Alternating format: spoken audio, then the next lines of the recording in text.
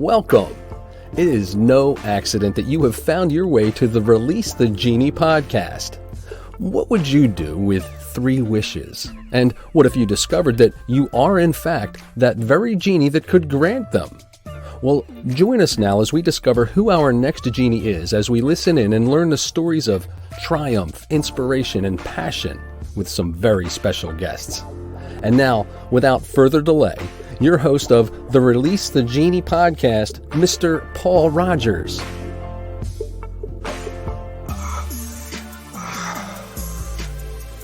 That's so much better. So good morning, good afternoon, good evening from wherever you're tuning in from. I am your host, Paul Rogers, and welcome to another episode of Release the Genie.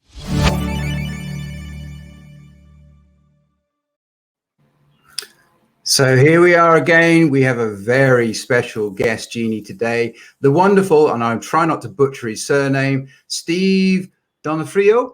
Donofrio, close enough. We'll take it. We like it. Didn't have to phone a friend. I'm good.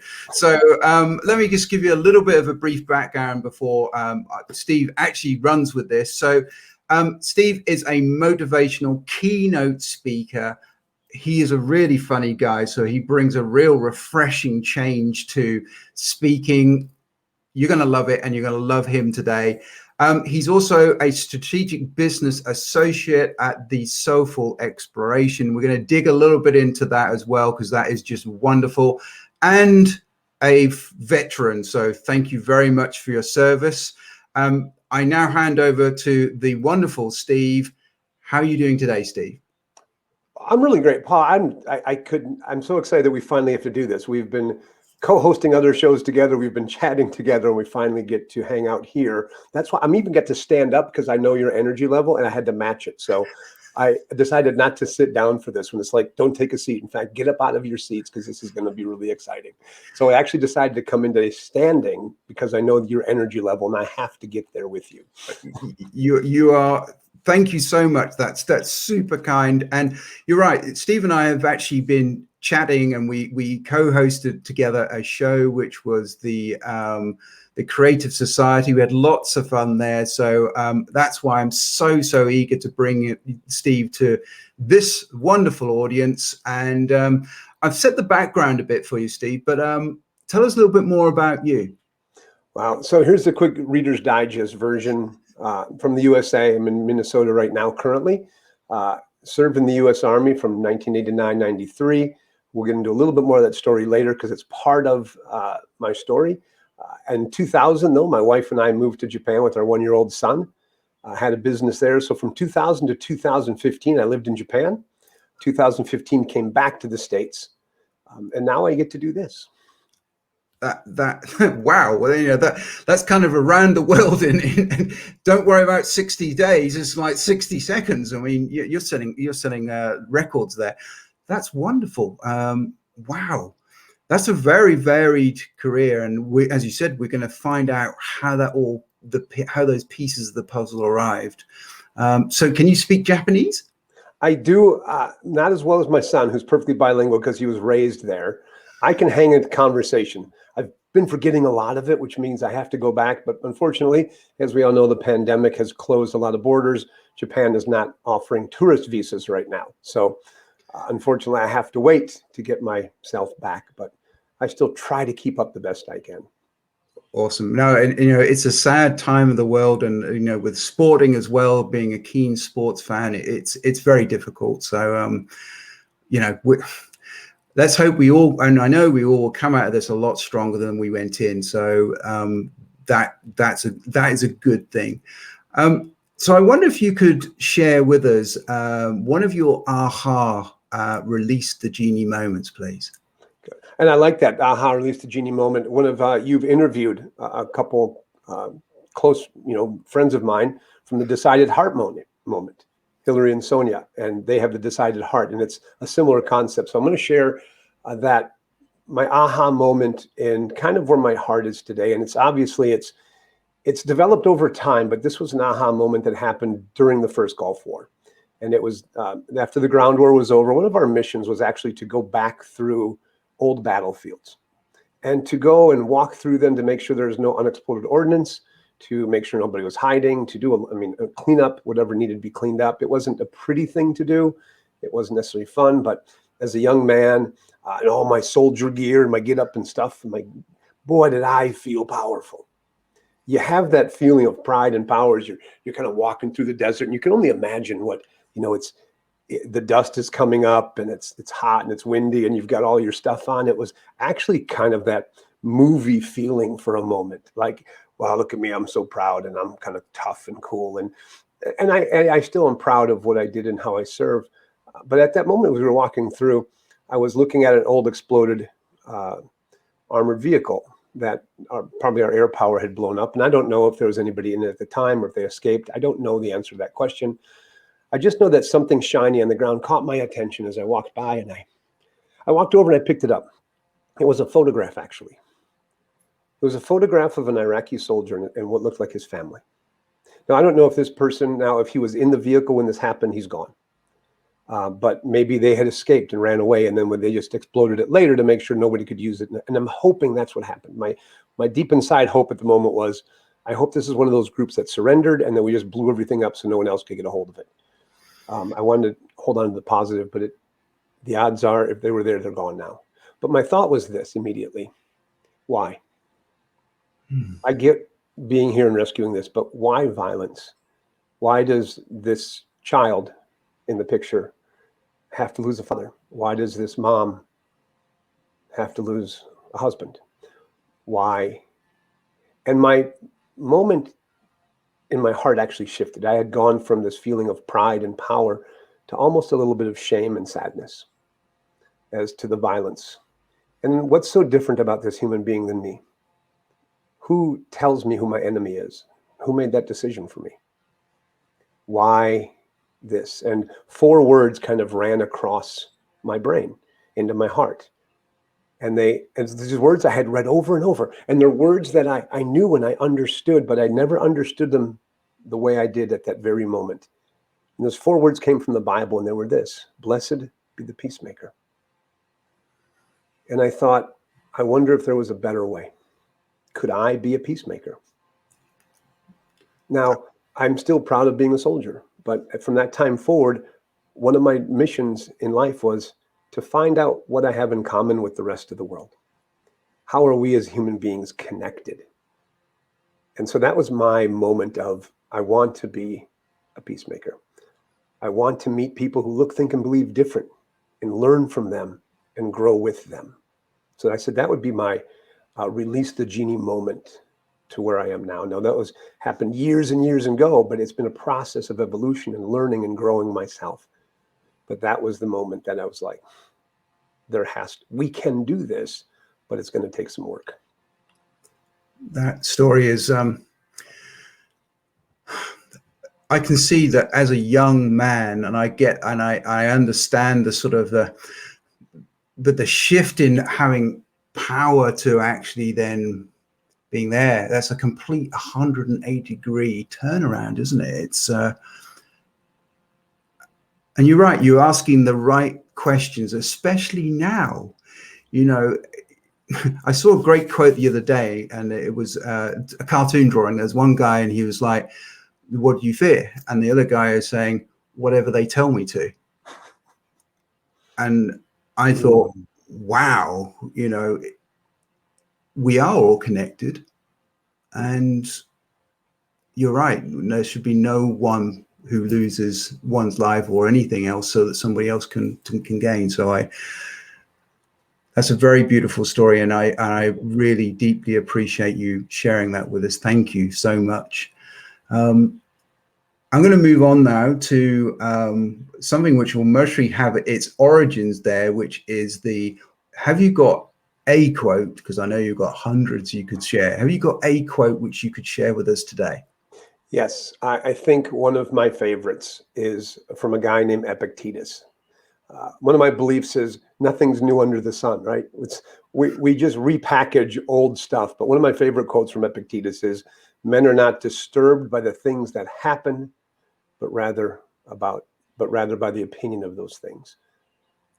And he actually goes on further on and says, if that were true, Death, therefore, is not bad. If so, it would have been so to Socrates. The opinion that death is bad, that's the terrible thing. And the idea of how we look at something, that things are neutral. It's not that what happened to us, it's actually how we decide to frame that or put that in our own perspective. That's why I like that. 2020, the coronavirus, COVID-19, going back to your cartoon, which was funny, what do you fear? Or whatever they tell me to. Well, the mass media has told us how terrible the year has and how terrible everything is. And we just have to, okay, you're right, you told me it's terrible, so it must be terrible. But that's one person's opinion. Can we look at this last year and say, this has been an amazing year, and here's why. Here's some of the coolest things that have come out of it.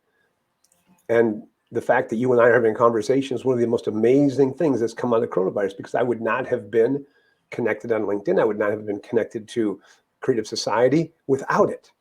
And you and I would never be sharing this moment. And so I'm actually somewhat grateful to what happened. Now, yes, people lose their lives all the time, but I've chosen to say, you know what? I can see what the wonderful thing about this is and the positive things going forward. That's a choice I make. It's not the thing that happened. It's how I just choose to view that thing that's happened. That is so right. And it reminds me of that famous picture when there's a 6 drawn on the playground, and one person pointing it saying it's a 6, and the other person pointing it saying it's a 9. The event itself is the event, and and I agree. There's so many silver linings to where we are, but people focus on the sensationalism. The world weren't perfect before this. I mean, long commutes, stress, and everything else. Okay, some of that may have gone away. So I agree. We have to be very careful what we actually run back to. Mm-hmm. Right. Wonderful. Great quote. A real thinker there, my friend. So that's awesome. Thank you very much. I'm going to leave that on the screen for a bit, because that is, write this down, guys. That's an awesome one. So let me now take you to a time where things weren't so rosy, where there was some struggle and pain and the challenges. How did you overcome that moment? I think in the process of doing it. So I was going to say, maybe it's not done yet. So one of the things, I was living in Japan. I had run a business. I had a small boutique fitness studio, consulting business. We had our own TV show on local TV. We were featured in national media multiple times with our programs for women's protection, family protection, as well as our fitness program. We were featured in a lot of magazines. Things were going well. They weren't perfect, but then there was the 2011 Great Tsunami and Earthquake of Japan. And because I had a boutique studio, it was somewhat expensive. In one day, 80% of my clients quit because they wanted to move their money to the relief efforts. At the same time, the economy collapsed and I had lost most of my other income. And then Japan changed some immigration laws, meaning I couldn't do what I was doing under my current visa, and I didn't have the money to do it. So basically, in 48 hours, I began to tumble. And after months of attempting to make it work, I found myself in deep debt, had to sell a house in Texas so I lost my house in Texas that we had to sell to get out of debt. We had enough money to get my son and my wife out of Japan home to her mom's. I couldn't afford to fly at the time. So I held in there doing some part-time work. I eventually came back in 2015 with my tail between my legs, thinking, well, I was on top of the world for a moment, and now I am nothing. And the struggle wasn't the fact that I lost the business. Looking back, it's my fault. I mean, I made some big mistakes, business-wise. But what I did was I personalized that problem. And instead of saying I lost my business, I said, I'm a failure. I am a bad business person. I can't do this. I'm this. So I came back destroyed internally. I felt like a loser and a failure. But it was things like this quote that reminded me. And now that when I speak, I actually speak on this exact topic. What I do is when we have failures and setbacks, the first thing we have to do is not personalize them. It's not about me. Did it happen? Of course it happened. Did I make mistakes? Yep, sure did. but it's not who I am. It was some choices I made, some missteps along the way, but it doesn't mean I'm a failure. It's like when someone leaves you and you've got your lover and they say, I'm leaving you. If you personalize that and say, I'm unlovable, you have a problem. Acknowledge the reality. They left. That was their choice. I lost my business. That was the reality. Now what? So I'm in the process of learning to expect failure and setbacks and using it to grow. Just like a baby first walking, right? The baby stands up and they shake and they're like, oh no, and they fall down and the baby goes, okay, I'm done walking for good. Of course, the baby never says that because babies can't talk, but they're not even thinking it. They stand right back up and they go, but when they stand up, their muscles and tendons and ligaments get stronger. The action of standing up strengthens them. They take a few more steps and they throw their hand out to brace against a wall or something like, huh, and they get balanced. Well, they're getting smarter. So they get stronger, you get smarter, and you get better. The act of getting up is what's important when you fail. And so I'm actually learning that over the last 5 years. I've depersonalized my failure and I took responsibility and said, here's what I did wrong and I shouldn't make these mistakes again. And I'm just a normal person. And I consider myself a regular person. Never climbed Mount Everest. I'm not some fancy special operations guys. I've never gone through super disaster tragedies. I'm just a guy in the middle. I'm everybody. And some days it's up in this. It's my narrative. And some days being normal and being in the middle is also the imposter syndrome, right? Oh, I'm not a Navy SEAL special forces guy and didn't do all this stuff. And so how can I talk because I'm not famous or this? I'm just some guy in the middle of the pack. Nothing extraordinary. But that's what is extraordinary, isn't it? So that's my story. I'm sticking to it, as my friend Daryl would say. No. Anyone hearing what you've gone through would actually stop you right there because it is extraordinary. You don't have to wear a cape to actually be a superhuman. We are our own hero. And there's 2 points that really jumped out at me. The first thing you did is to make sure your family's safe. The thought wasn't, oh, how am I safe? It was, how do I make sure they're safe? That is hardwired into you. The second thing is adaptation. You are able to adapt like a baby, like somebody starting to walk. You adapt to your environment. And I do believe you're not just walking anymore. You are running, and it's a delight to be able to keep and to run with you. So amazing story, bravo, and wow. So I know everyone here will just be like, oh my God, that's extraordinary. So be ready to receive some love on that level. So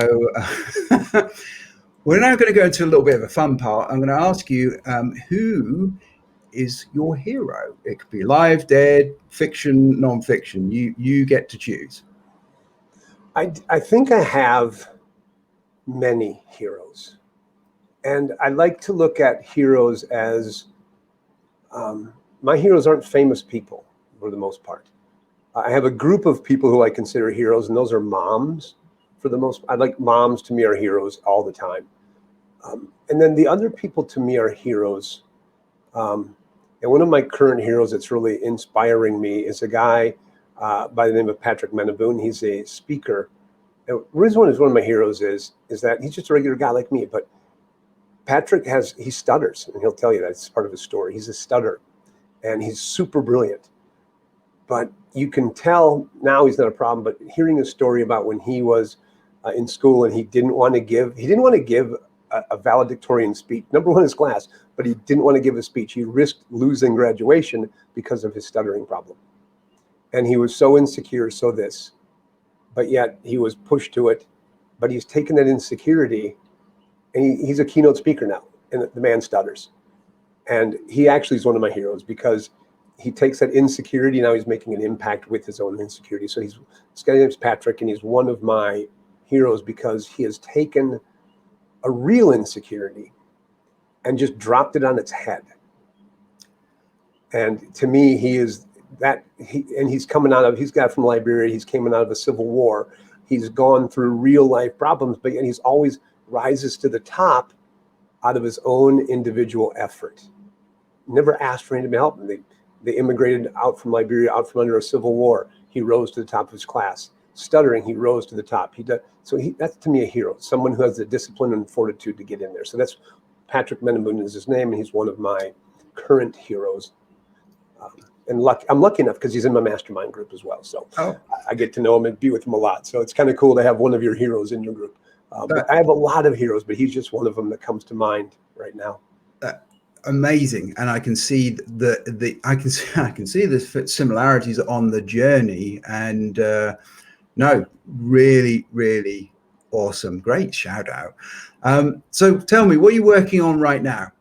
Two things going on right now, and one of them you and I are jumping in together on, and that's the Soulful Exploration Global Confluence.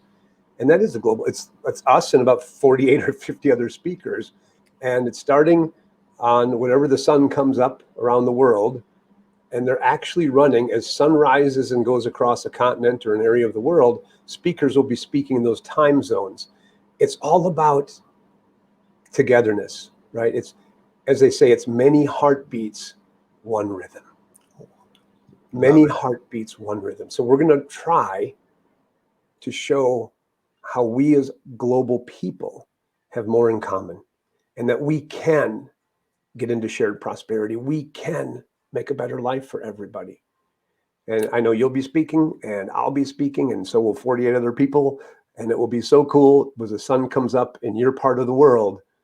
Somebody is going to be sharing something of value, and we're going to zing this thing right around the world for 24 hours. So that we're doing that. And I'm really excited to share another platform with you, Paul, and work together and really start bringing people together. I love the theme, many heartbeats, one rhythm. It's a beautiful line, and this has such a direct connection with your peacekeeping role. I can really see you're putting exactly what that lesson there into practice. Beautiful, my friend.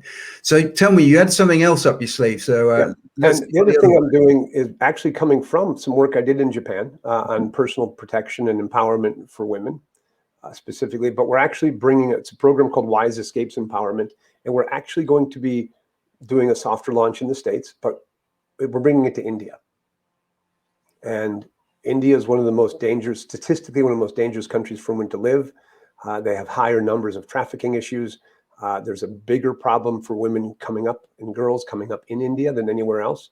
So we're going to bring this program there with the idea of generationally changing a continent or a country. So we want to take the Wise Escapes Empowerment class.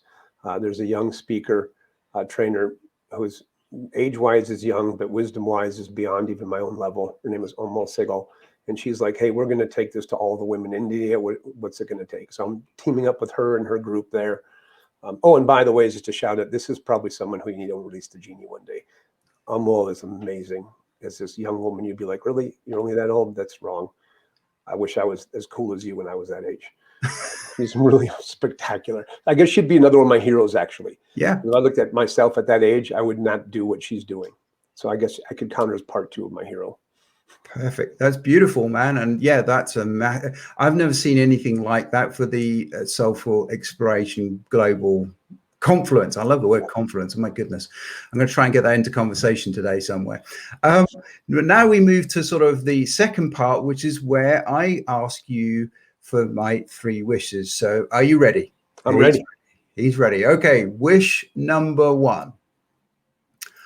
What is the best advice you have received in your life? I think, and I'm not going to give one thing. Because the best advice I've ever received was keep receiving advice. Be open to keep receiving it. The best advice is you haven't received the best advice because it's going to happen tomorrow probably. And so always be willing. It's kind of like cheating, right? Give me 3 more. I wish for 3 more wishes. So it's kind of the cheat, but it is. The best advice is keep looking for the best advice because it's yet to come. And the best advice is the advice you actually apply to your life, by the way. Awesome. What an answer. My God, you've knocked that out of the park. I'm just watching the ball sail. Brilliant. Fantastic. Oh my goodness. Yeah, that's an evergreen wish. We'll move on to the second one. Number 2, let's see you up. 1 for 1. Let's see if we make it 2 from 2. What advice would you give to your younger self? All right. I know this is popular these days, and I know lots of people say anything, so forgive me, everybody. The answer is none, because my younger self made me today. And the second thing is this: a lot of people spend time looking back at what was. And I know the word hope is popular. And one of the things I tell people is I want you to give up all hope. I want you to give up hope. And that's what I mean by this, is give up all hope of ever having a better past, because you can't. You see, it's done. And as long as I keep hoping or wishing I could have done something different when I was younger, you will never experience a full future that's in front of you. So give up all hope of changing anything behind you. So I don't have no advice for my younger self, because my younger self is what it was. The decisions I made me. But the decisions I make today are going to make me tomorrow. That's where I'll go with that. That's wonderful. And you know what? You are your younger self. So you are your younger self, yes. So I love it. I love the hope for the past, misplaced. So that's really good. 2 for 2. All right, I'm going to move. We're on a roll now, ladies and gentlemen. So let's bring in wish number 3, which is, could you share one habit that attributes to your success? Yes. Network with people who look, think, and believe different than you, and learn something from them. Network with people who look, think, and believe different with you for the purpose of learning one thing from them.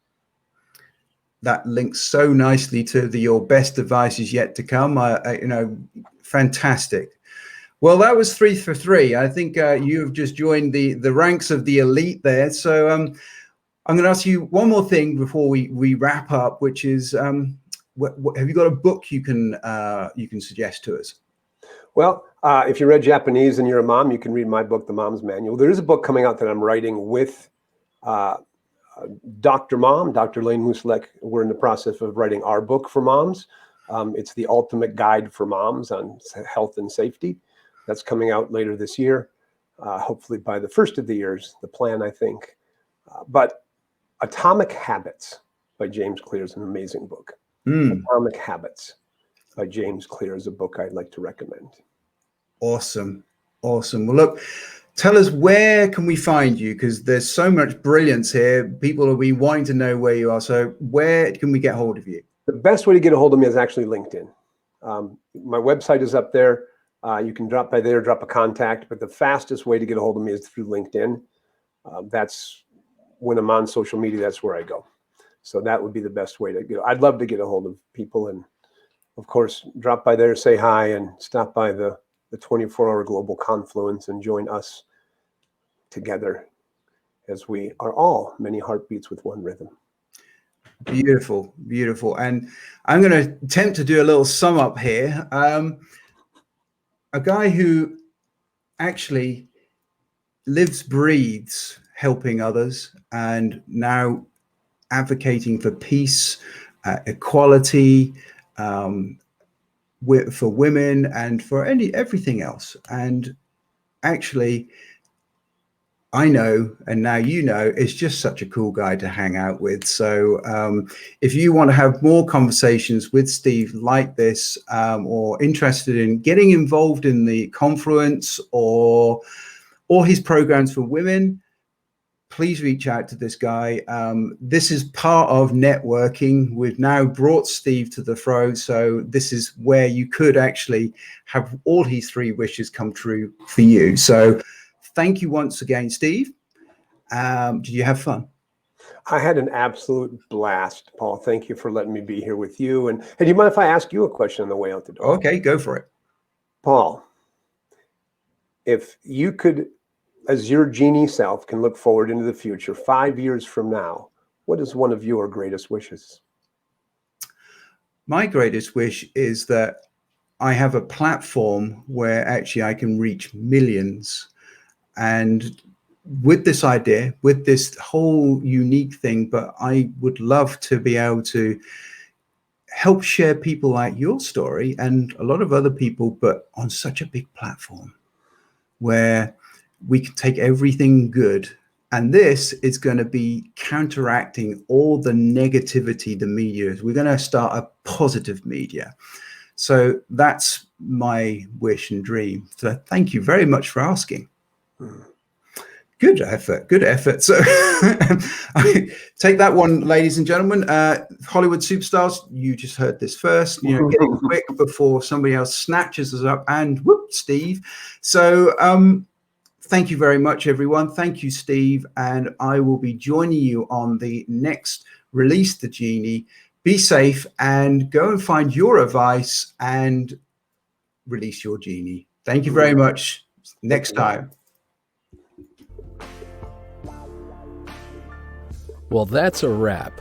You have been listening to yet another episode of the Release the Genie podcast with host Paul Rogers.